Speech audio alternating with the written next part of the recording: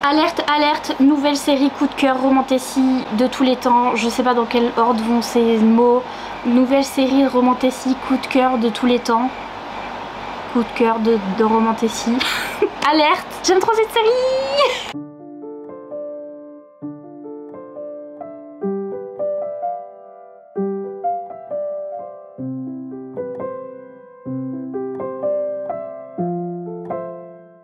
J'ai une nouvelle série romantécie chouchou de tous les temps.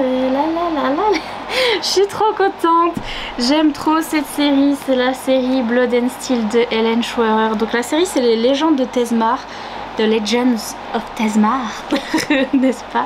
Tezmar, y en a marre. C'est pour moi un parfait mélange entre Fourth Wing et Le Faucheur de sorcières. Je sais, rien que mes deux livres favoris de l'année dernière. Ici, il y a vraiment des vibes des deux. Et j'aime trop, c'est trop bien. Il est sorti, alors en français on en est au tome 2. Nous avons le tome 1 ici présent, Le sang et l'acier. C'est chez Corrigan. Les livres sont hyper floppy, j'aime beaucoup. J'ai vérifié un petit peu la traduction, là vous voyez que j'ai mis un petit marque-page. J'ai essayé de vérifier un petit peu la traduction, mais je vous avoue que je les ai lus en anglais sur ma Kindle. Je suis pas sûre au niveau de la traduction, mais on m'a dit que c'était pas mal. Et moi, de ce que j'ai vu un petit peu de cette traduction, je trouve que ça va. Je trouve qu'elle est pas mal. Et surtout, vous avez donc le tome 1 et le tome 2 qui sont déjà sortis en français, et le tome 3 va bientôt sortir, donc ils vont traduire toute la saga, ça va être trop bien, j'ai trop hâte. J'aime trop cette saga. Ils sont sortis en relié aussi chez Corrigan, donc je les cherche parce que maintenant ils sont devenus rares et je les ai pas parce que j'avais demandé le brochet en service presse. Je me suis dit peut-être que j'aimerais pas. Hello, darkness, my old friend. J'avais déjà vu passer plusieurs fois sur Instagram, les fans de Romantécie aimaient trop, disaient que ça avait des vibes de... Toujours, on parle de Akotar, mais aussi Fourth Wing et toutes les Romantécies qu'on aime trop. Et du coup je me suis lancée, je me suis dit tiens, allez, je vais lire ça. Parce qu'ils sont dispo sur Kindle, je crois qu'ils sont sur Kindle Unlimited, est-ce que je dis sur l'abonnement Kindle? Est-ce que je dis des bêtises?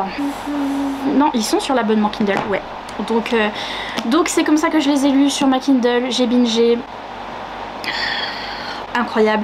Je vous avoue que le truc qui m'a convaincue, c'est que j'ai vu un random post sur Instagram qui disait que le monsieur il avait une man bun. Qu'est-ce que c'est une man bun? C'est un chignon.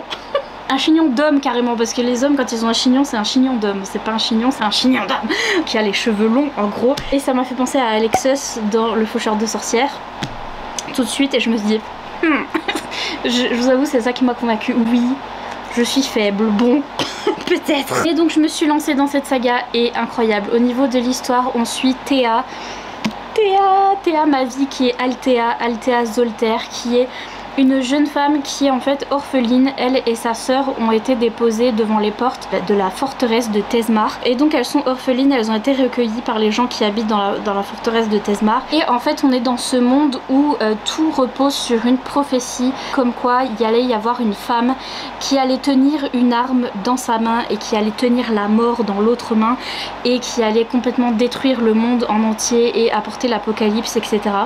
Donc il y a eu cette prophétie qui a été dite par cette femme qui est voyante, et depuis les femmes n'ont plus le droit de prendre des armes, alors qu'avant elles étaient soldates et etc. Mais toutes les femmes soldates ont été obligées d'abandonner les armes. Là maintenant c'est interdit de devenir soldat pour une femme. Sauf que Théa elle est née pour ça, elle est née pour être une guerrière, elle aime trop se battre. Ça fait depuis qu'elle est toute petite qu'elle prend des petits bouts de bois dans la forêt et qu'elle fait semblant que c'est une épée et qu'elle s'entraîne avec. Donc elle est fascinée par ça, elle va toujours espionner les jeunes hommes qui s'entraînent au combat et qui pour devenir soldats, etc. Et dans ce monde les filles sont pas censées être soldates, elles sont censées être alchimistes.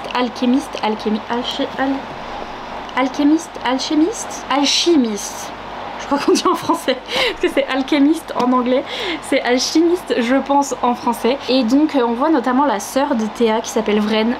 Je l'aime trop, bref, j'aime trop les personnages secondaires sont hyper attachants, et notamment la sœur de Théa qui est une alchimiste. Avec Théa, au début Théa elle a été élevée pour être une alchimiste et tout, et en fait c'est comprendre les plantes et fabriquer que ce soit des remèdes ou des poisons, des choses comme ça, et vraiment travailler avec la nature et les plantes pour faire des potions, etc. Donc c'est ça, être une alchimiste. Et Théa, elle a des cours comme ça où elle apprend toutes les fleurs et à quoi ça sert, etc. Elle en a rien à secouer, tout ce qu'elle veut c'est devenir guerrière. Sa sœur Vren aime beaucoup plus le fait d'être alchimiste. Elle est vraiment très très scolaire et elle adore faire ça, et elle fait que de prouver à Théa aussi qu'il n'y a pas que se battre pour être forte. En fait, une femme peut être forte aussi en étant une alchimiste et en faisant des poisons. Et j'aime trop son point de vue à Vren, et comme elle explique ça, elle explique la puissance qu'elle a en fait en ayant des connaissances supérieures. Ça me fait penser à ce mime. Toi tu te bats mieux que moi, c'est très bien, moi j'ai des connaissances en chimie que t'as pas, ok?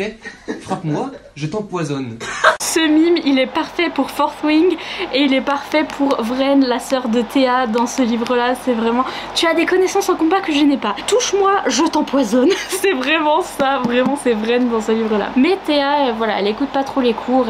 Elle tout ce qu'elle veut, c'est devenir guerrière, et notamment une guerrière légendaire, parce que dans ce monde de Tezmar, il y a des guerriers, il y en a 4. Ils sont 4? Non, ils sont 3. Ils sont plus que 3. Non, 1, 2, 3. 2. Ah oui, ils sont plus que 3. Ils sont plus que 3. 3 guerriers légendaires qui s'appellent des glaives. En anglais, c'est des war swords. Donc c'est un mot en particulier, ils ont traduit ça glaive dans les versions en français. Un glaive, c'est une épée médiévale, je crois. En vrai, war sword, ça veut dire épée de guerre. Donc quand on pense glaive, épée de guerre, si c'est traduit littéralement, ce serait une épée de guerre, bref. Donc la traduction de glaive est pas mal dans la version française. Mais bref, on a ces messieurs qui sont des war swords, donc qui sont des guerriers légendaires, qui ont passé une espèce de rite ou de rituel, je sais pas comment ça se dit, mais une espèce des épreuves en fait, qui ont été données par les dieux et notamment les déesses. Dans ce monde-là, on a des déesses qui sont les Furies, qui sont 3 femmes guerrières. Et justement, de leur temps, voilà, c'était des femmes guerrières et tout. Et comme il y a ce truc de prophétie, toutes les femmes qui ont été obligées de baisser les armes se disent mais purée, c'est quand même le comble, parce que nos déesses qu'on vénère et tout et qui ont créé ce monde, ce sont des femmes guerrières. Et genre nous on n'a plus le droit d'être femmes guerrières. Et c'est vraiment tout un concept et tout que j'adore, et qui est très très challengé, et toute cette misogynie et tout. C'était trop bien fait. Donc on a nos messieurs qui sont des war swords et qui ont vécu des épreuves envoyées par les Furies, qui ont résisté à toutes ces épreuves et donc qui sont là pour défendre Tezmar, et qui sont des guerriers légendaires qui ont un badge en particulier sur leur bras et tout. Et en fait Théa, elle rêve d'être l'une de ces guerrières. Il n'y a pas encore de guerrière femme qui soit war sword, donc qui soit un glaive. Et elle veut être ça. Et en fait, contre quoi ils se battent tous ces gens dans ce monde de fantasy, c'est qu'il y a des... Attendez, je vais vous chercher. Ok. Il y a des méchants pas beaux qui viennent de derrière le voile. En fait, il y a un voile, un veil comme ça, c'est de la brume. En fait, qui recouvre tout comment dire, les bords du pays. Là on est sur les terres où il y a Tezmar, mais il y a d'autres royaumes, c'est les Mild Realms, donc c'est les royaumes du milieu en fait. Et il y a plusieurs royaumes qui sont entourés d'une brume, et en fait derrière la brume il y a des méchants pas beaux, il y a des démons qui sont des wraiths. Alors je sais pas comment c'est traduit en français par contre, les wraiths. Genre c'est des monstres. Alors glaive, terre du milieu, bon ça j'avais bien compris. Ah une scène olé olé. On va pas parler des méchants dans les scènes.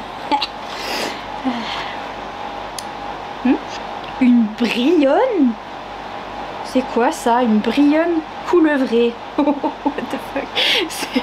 Alors là c'est une traduction d'un monstre. J'ai jamais vu ça, une brionne Anyway. Un spectre de l'ombre. Un spectre de l'ombre. Ok, ils appellent ça des spectres de... C'est bien, c'est pas mal, parce que je saurais pas du tout comment traduire les noms des monstres exactement, c'est... voilà, des monstres. Bref, C'est des monstres qui sont des démons avec des ailes membranées et tout ça, tout ça. Ces monstres attaquent régulièrement le royaume du milieu parce qu'il y a des trous dans la brume, dans le veil, dans le voile. Il y a des petits trous qui se forment et il y a des monstres qui arrivent. Nos guerriers légendaires, ils sont là pour défendre toute la population contre ces méchants. Et Théa, elle vit dans la forteresse de Tezmar, une école militaire aussi où les soldats s'entraînent pour devenir soldats, mais ça va être des simples soldats. Les War Swords, les glaives, c'est vraiment des gens mythiques et il n'y en a que 3. Mais Théa, elle veut pas devenir simple soldate, hein. Elle veut carrément devenir War Sword, donc directement. Elle a de l'ambition. Et en fait, donc elle est dans cette forteresse de Tezmar où elle est obligée d'être alchimiste, mais elle aime pas ça, elle fait que d'espionner les cours pour les soldats, etc. Et elle s'entraîne toute seule dans la forêt, tout ça. Et en fait, elle va faire une bêtise. Elle va faire une bêtise Althea, et elle va se faire prendre. Et elle va rencontrer l'un des glaives, donc l'un des guerriers légendaires qui s'appelle Wilder Hawthorne. C'est notre monsieur avec le man bun. Ok. Et donc il arrive, il est très légendaire et tout, gneu. Et il voit cette fille, cette petite fille, enfin même si elle a une vingtaine d'années, mais pour lui c'est... Alors que lui, je pense qu'il a plus de 30 ans, c'est pas l'un de ces personnages qui a 300 ans, ne vous inquiétez pas, mais il est un peu plus âgé, je pense qu'il a 30 ans, et elle a, il me semble, je crois que, parce qu'il y a un truc très intéressant avec son âge. Vous verrez tout au long de l'histoire, mais son âge a vraiment une importance à elle. Et il me semble qu'elle a 22 ans, un truc comme ça. Bref, il voit ce petit bout de jeune femme et il est là, mais qu'est-ce que... déjà, elle a fait une bêtise, c'est qu'elle avait une arme sur elle, alors que les femmes n'ont pas le droit d'avoir une arme. Donc il se dit, mais qu'est-ce qu'elle fait celle-là? Mais pourquoi elle s'entraîne? Mais qu'est-ce qui se passe? Et en fait, petit à petit... il va être forcé, notre guerrier légendaire, il va être forcé à devenir son mentor à Théa et à lui apprendre le combat et à lui apprendre comment manier une épée, etc. Bien sûr contre son gré, hein, parce qu'il a vraiment pas envie, genre vraiment, il a pas que ça à faire, c'est un guerrier légendaire, il est là pour battre les méchants et tout, il a pas que ça à faire, il est vraiment très important, il peut pas s'occuper d'une gamine, etc. Et en fait, il va être obligé, et petit à petit, il va apprendre à connaître Théa, et le monde de fantasy et la magie va se développer en même temps que nos personnages, parce que Théa, on a l'impression qu'elle a pas de pouvoir, que c'est une humaine ordinaire, sauf que forcément c'est de la romantécie, donc ça va se développer. Au niveau des pouvoirs magiques, vous allez voir, c'est au fur et à mesure que les pouvoirs de Théa se développent qu'on apprend ce qui se passe plus dans ce monde. Théa, elle est trop cool, elle est hyper badass, parce que je vous dis, elle veut être une guerrière légendaire, rien que ça.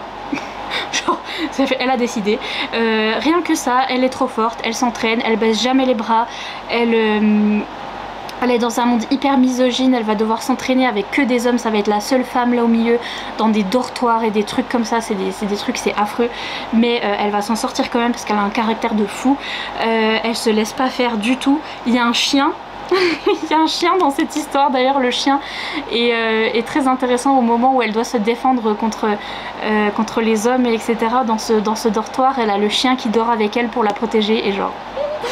C'était le petit bonus, il y a un chien, Vous allez voir à qui appartient ce chien. En plus, le chien, il appartient à une personne qui est hyper importante et hyper touchante, et genre... J'aime trop. Donc voilà, Théa, elle baisse pas les bras. Wilder, il est tout renugneux, grognon, il fait que de la rembarrer, et elle mais non, je ne crois pas. Je fais ce que je veux, et si j'ai envie de te suivre, et ben je te suis. Je le suis partout, et des trucs comme ça, et genre c'est hilarant, c'est trop drôle, elle est incroyable. Et Wilder, il a beau être gneugneux et le guerrier légendaire et gna gna gna, on voit que petit à petit il a des faiblesses aussi. Oulala, un homme a des faiblesses, oulala. Voilà, c'est vraiment ce truc là. Et petit à petit, Théa, à force de le suivre partout et de l'embêter, et ben elle devient attachante. Et lui il sait plus quoi faire. C'est incroyable, j'aime trop, j'adore cette série, incroyable. J'ai lu ce tome 1 et juste après je vous conseille de lire le tome spin-off, parce que oui, l'autrice Helen Scheurer a écrit un tome dans la saga Mortal Enemies to Monster Lovers. C'est la saga dans laquelle il y avait Carissa Broadbent aussi, qui a écrit aussi un livre, et c'est toutes des autrices comme ça de romantasy qui ont écrit qui ont écrit une saga, une série comme ça, avec leur monde en particulier. Donc là c'est le monde de Helen Schwerer. Dans celui de Carissa Broadbent on était dans le monde du serpent et du descendant de la nuit. Et là on est dans le monde de Blood and Steel. Et avec des trucs hyper intéressants, c'est très intéressant puisque je vous ai dit, il faut lire, bon alors je conseille lire le tome 1, lire celui-là, après lire le tome 2. Vous pouvez même commencer un petit peu le tome 2 et après lire celui-là. C'est ce que j'ai fait. J'ai lu ce tome 1, j'ai commencé le tome 2 parce que là forcément il y a cliffhanger à la fin du tome 1, j'ai failli mourir donc forcément j'ai commencé un petit peu le tome 2. Mais ça parlait de trucs que je connaissais pas trop et je me disais ça ressemble beaucoup au résumé de ce livre là et tout et j'étais donc j'ai posé le tome 2. Le tome 2 qui est là. Je vais vous en parler très vite. Donc j'avais commencé mais je l'ai reposé un petit coup pour prendre celui-là et pour lire celui-là qui n'a pas encore été traduit. Il faudrait que je demande chez Corrigan s'il compte le traduire, mais ce serait bien parce que c'est pas... Vous pouvez comprendre sans ce tome mais ça rajoute vraiment... vraiment des trucs et c'est vraiment intéressant puisque là on est du côté un petit peu des méchants en fait. Ici on est avec... Oh, c'est un cadeau, attendez, il y a le petit mot. C'est un cadeau de la part de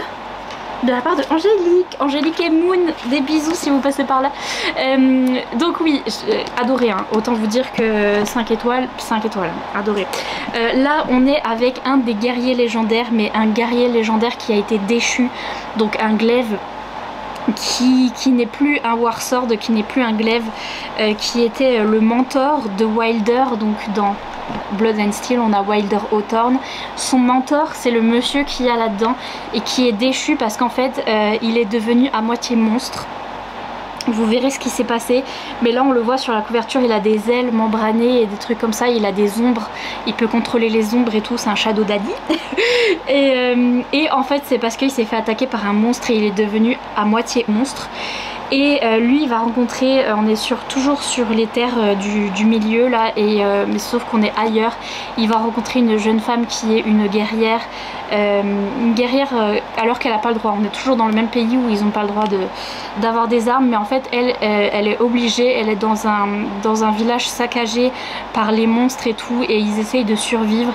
Et donc là ils en sont plus aux règles femme pas femme et tout. Elle est ranger, elle défend sa propre famille parce qu'elle a des monstres qui l'attaquent toutes les 5 minutes. Et ils vont se rencontrer et lui il est à demi-monstre, elle son boulot c'est de tuer les monstres. Donc comment vous dire que ça va être compliqué entre les deux. Mais ça nous apprend plein de trucs et on voit un petit bout de... On est ailleurs. Puisque là on est à Tezmar.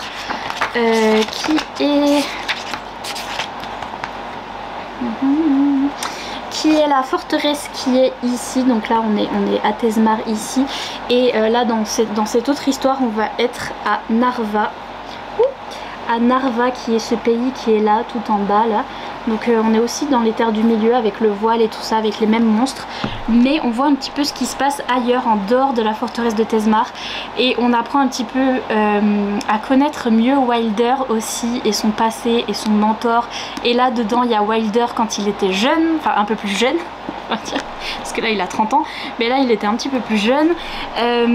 Et donc voilà, incroyable à lire juste après le tome 1. Ça rajoute des choses, ça complète, c'est incroyable. L'histoire est trop bien. Aussi bien que cette série, j'ai mis 5 étoiles aussi, j'ai adoré ces personnages et j'adore cette couverture et incroyable. Pour moi ça fait partie de la série, pour moi c'est le tome 1.5, c'est super bien de le lire après le 1.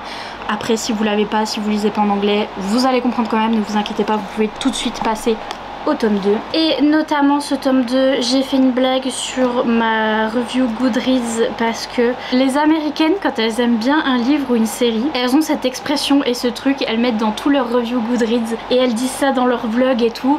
Elles disent screaming, crying, throwing up à chaque fois qu'elles aiment bien un livre. Donc crier, pleurer, vomir. En gros elles disent qu'elles ont crié, pleuré, vomi tellement elles aiment trop le livre. J'ai enfin compris pourquoi. J'ai enfin compris pourquoi. Parce que le cliffhanger à la fin de ce tome 2, en fait il y a une révélation. Je m'y attendais. J'y ai pensé parce que c'est pas si compliqué que ça. Mais je me rappelais plus du tout. Au moment où c'est arrivé, ça m'a tellement surprise. Je m'y attendais tellement pas que j'étais chouk. Le cliffhanger de la fin, le truc qui s'est passé à la fin de ce tome 2 là, j'étais tellement chouk. Bon, j'étais un peu malade aussi. J'ai hurlé et j'ai tellement hurlé que j'avais envie de vomir après. Donc du coup j'ai compris pourquoi Screaming Crying for a Nap. J'ai compris, c'est parce que tu hurles tellement et je hurlais, pleurais tellement que j'avais la nausée. J'étais en mode... J'ai vraiment hurlé à la fin de ce tome 2, j'ai failli mourir. Un truc de fou, c'est un truc... J'y avais pensé en plus, mais franchement au moment où ça arrive j'étais en mode... Quoi? Mais quoi? Mais quoi? Et bien sûr j'ai sauté sur le tome 3. Il y a tous les trucs de romantécie où on a vraiment un cliffhanger et un truc de fou dans ce tome 2. On continue dans ce tome 3 et dans ce tome 3 ce que j'ai aimé en plus c'est que on est dans le royaume où il y a de la neige et de la glace et donc on est principalement dans ce royaume dans ce tome 3 donc c'est tout des moments où ils voyagent et il y a de la neige et ils sont obligés de faire face au froid et à la glace etc. Et bref, incroyable, fantastique et on est dans ce royaume que j'aime trop. Donc petit bonus pour le tome 3, il est polaire en plus donc incroyable, je l'ai trop aimé ce tome 3 avec les répercussions de ce qu'il y a eu dans le tome 2. Le début du tome 3 était incroyable et après ça s'arrange forcément mais on est toujours dans ce royaume de neige et on a encore un cliffhanger et encore un truc qui arrive à la fin de ce tome 3 donc c'est un de mes préférés vraiment. J'ai adoré le 2 aussi, la fin du 2 m'a beaucoup marqué, le 3 m'a marqué par le truc de glace et de snow et trucs comme ça et là j'en suis au tome 4, je l'ai pas encore fini parce que c'est la fin.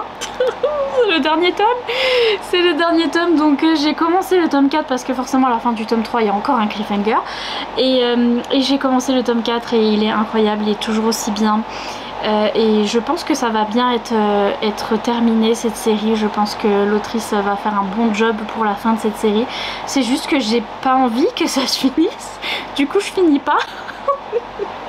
Donc voilà, mais j'en suis au tome 4, au milieu du tome 4 et je veux pas que ça se finisse. Niveau scène olé olé, il y en a beaucoup. Il y en a beaucoup, il y en a déjà un petit peu dans ce tome 1 il me semble, mais pas trop. Je me souviens que dans ce tome 2 il y en a beaucoup et peut-être un petit peu trop. J'ai trouvé dans le tome 2 il y a un moment où on a répétition de scènes olé olé qui sont un petit peu similaires et qui aurait valu le coup qu'on en enlève une ou deux parce que ça faisait pas vraiment avancer l'histoire mais du tout. Mais ça nous permettait de voir que les personnages se rapprochaient et que ils ont ce moment là, ils ont un moment dans le tome 2 où ils ont du temps. Ils ont du time et ils se rapprochent notamment physiquement et donc il y avait beaucoup de scènes olé olé dans ce moment là, peut-être un petit peu trop, au bout d'un moment j'étais... Mais ne vous inquiétez pas, après ça repart en cacahuète, hein, c'est le cas de le dire, mais vraiment en cacahuète et ils ont plus le temps du coup mais beaucoup de scènes olé olé, elles sont bien faites. Il y a des tropes en particulier dans ces bouquins. Je vais vous tenir le tome 1. Il y a des tropes en particulier, je vous dis, il y a un chien. Il y a un chien, vous verrez à qui il appartient. Il y a un aspect found family, donc on a tous des personnages secondaires qui sont hyper importants et qui sont hyper attachants et qui sont très drôles. On a deux personnages qui sont super drôles et qui je les aime trop, tous les personnages secondaires c'est une petite famille en fait, ils forment tous une petite famille recomposée comme ça et je les aime trop. Là dedans il y a un chien, je vous dis. Il y a un autre truc de trope très très spécifique à moi mais que j'ai adoré dans cette série où on est avec Théa qui est très têtue etc. J'adore son caractère, j'adore sa façon d'être et surtout elle a un truc, c'est que elle veut pas d'enfant. Elle veut pas d'enfant en fait, c'est une jeune femme voilà de 22, 23, 24, voilà, une vingtaine d'années qui déjà se pose la question puisque les filles de son âge commencent déjà à avoir des enfants etc. Et donc elle est obligée de se poser la question et en fait elle veut pas et elle a non et je veux pas avoir d'enfant. Et en fait au moment où cette discussion a lieu avec son amoureux, avec le love interest, elle dit au love interest, elle lui dit mais je suis sûre que tu vas me sortir le truc ah mais quand tu seras plus vieille t'auras envie, tu vas voir, tu vas regretter, gna gna gna. Et le monsieur il est en mode non, et si tu veux pas d'enfant, tu veux pas d'enfant, c'est ok. Et genre la meilleure troupe, merci beaucoup, j'ai adoré cette troupe là. Et également petit clin d'œil à Fourth Wing, si vous avez lu Fourth Wing et que vous aimez bien les pouvoirs, notamment les pouvoirs de Violette, si vous savez ce que c'est, il y a un certain personnage qui a des pouvoirs similaires dans cette série, donc vous verrez. Mais pour les vibes de Fourth Wing, c'est surtout pour ce pouvoir, et également qu'on est dans une école militaire où elle apprend à se battre. On a beaucoup de scènes où elle apprend le combat, etc., notamment avec notre monsieur du coup. Donc c'est ces vibes là, et les vibes du faucheur de sorcières pour le monsieur grognon avec ses cheveux longs et qui croit avoir tout compris à la vie et avoir tout vu, tout fait, et en fait qui rencontre Théa et qui va vite changer d'avis.